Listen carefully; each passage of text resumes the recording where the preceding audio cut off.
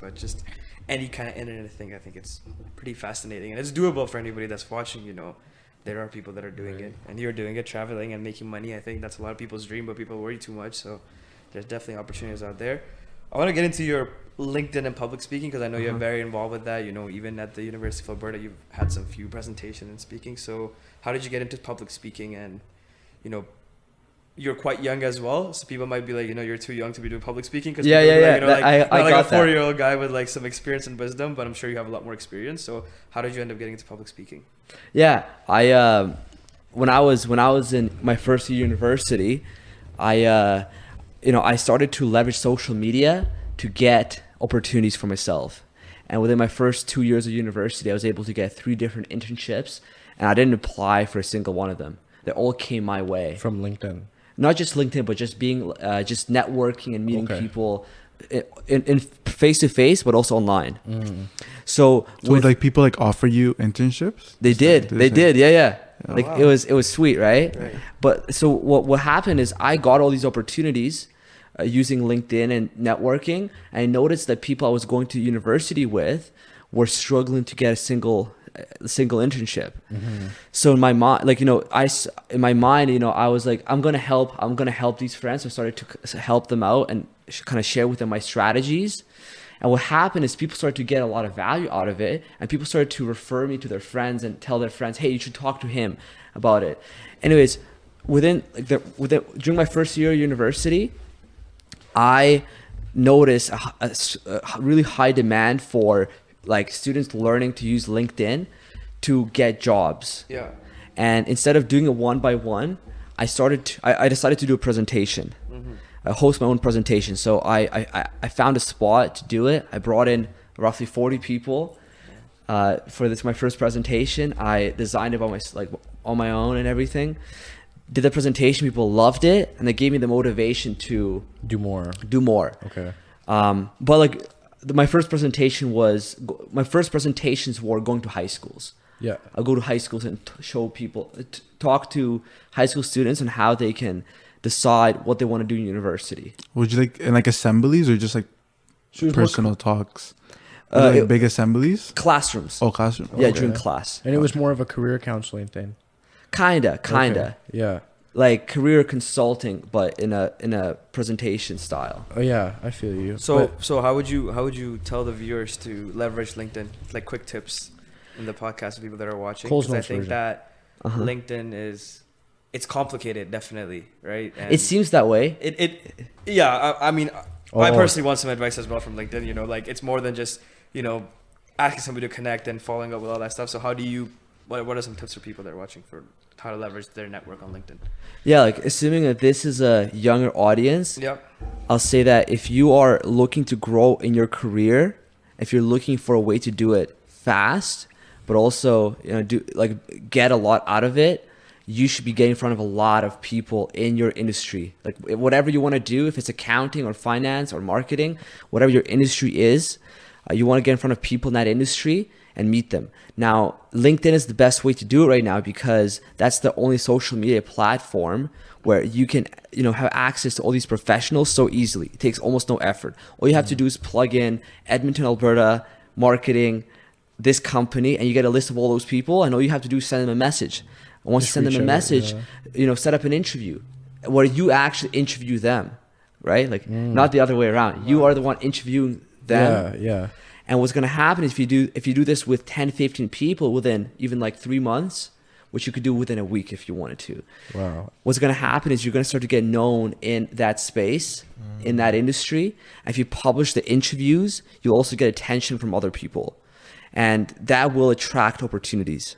Oh. But don't you think people it's easier to connect and there's so many like recruiters, anything like that are people. How do you go by approaching them? Because they're busy, their time is more valuable than a student than an undergrad student. Personally, any of us, right? There's hundreds of us probably reaching out to them. So how do you stand out? How do you personally make an impact that they want to be on a call with you? They want to give you that advice? Because I mean, time is valuable for everybody. So and there's how do you think no about way you text them, hey, what's up? Yeah, you're not gonna do that. No, yeah. Personally, I think, how did you make impact? Because so you said you landed 3 internships just off So- leveraging social media. Yeah. So this is I want to go back to something you said, and that's the first misconception is that there are hundreds of people reaching out. The truth is, Oh, so you disagree with that? I disagree with that. Oh, okay. Think with if people are selling a service, a business, like whatever, like they're looking to get clients, for sure they're reaching out. But students reaching out to professionals, it's a rare Doesn't thing. happen, hey. Especially in Edmonton. Yeah, like most students aren't doing it Because they have that mindset. because they have that mindset. They think Oh, okay. that their inbox is full. Or in fact, it's not true. When I did my presentations for fun, before my presentation, like in the morning, I would myself reach out to somebody from Google in different countries and see if I can get them to respond to my message before the presentation. And they would. And half the time it would happen. Wow. Like it takes almost no effort. Yeah. I reached out to somebody. I remember I went to my friend's my friend's meeting that he invited me to, which was with BNI. It's this network organization. And during the meeting, they mentioned a name, Ivan Meisner. That's the founder. And they said a quote that he wrote. Anyways, I got intrigued, and just for fun, I decided to reach out to him on LinkedIn that same day. Now, the guy, Ivan Meisner, the organization he's built has over 200,000 members, active members, all around the world. They have generated almost $17 billion in referral revenue. The organization did. If you want to learn about it more, so this makes more sense, do it. But here's the key thing. Just for fun, I reached out to him, and he agreed to an interview. Wow. And I interviewed him. You know what I mean? So this is somebody like really high class, like really, really accomplished and known. But if you show somebody locally, they get no messages, like almost no messages. But how do you what is there a certain way to reach out to them, or just if you get an example to people that are watching of a simple message to anybody that's highly valuable, how do you reach out to them in the right manner, if you could? So I'll give you the step-by-step process. So first is you want to define what is your intention. Are you looking to get a job in marketing? If that's the case, cool. Now, which companies offer those jobs? What is your dream company you want to work for? So once you've defined it, you go in the search bar and you punch in those parameters. Edmonton, Alberta, this company, this title. So now you're going to get a list of all these people. So the first thing you do is you pick, let's say, your first person. You go on their profile and you study their profile. Just like you would on Tinder, Yeah, do a little background research. Yeah. Okay. You want to get to understand who you're reaching out to, Yeah. so that you can tailor your message. Because if you can tailor your message, they're going to pay more attention. Yeah, of course. And when you are connecting, like you press connect, always add a note. Because if you don't add a note, you're going to be just like everybody else. And they might not connect back, and okay. They don't know if you're going to waste their time or not. Yeah. But so if what does a note include? Huh? What should you say in that note? So here's what I would say in my note. I would say something really basic like, hey, name, hope you're having a good day. My name is Roman. I'm a third year University of Alberta student majoring in, let's say, marketing. I noticed that you are working at company X and that you also went to U of A. I'm looking forward to connecting with you. Oh, okay. And then it leaves the open door. It leaves the open door. Okay. And then in the second message, so what's going to happen is they're going to connect with you. And usually they don't respond to your note just because of the way the notification system works.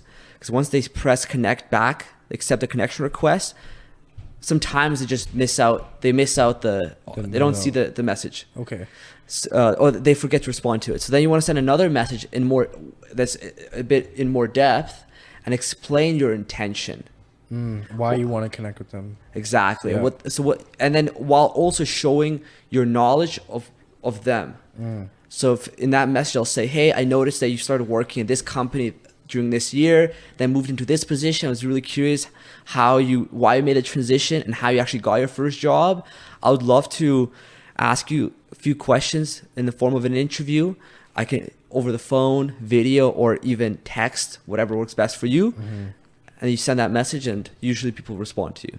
So you think I would get responses even though I have zero experience or zero anything. If I shoot this like method to anybody, they would usually respond.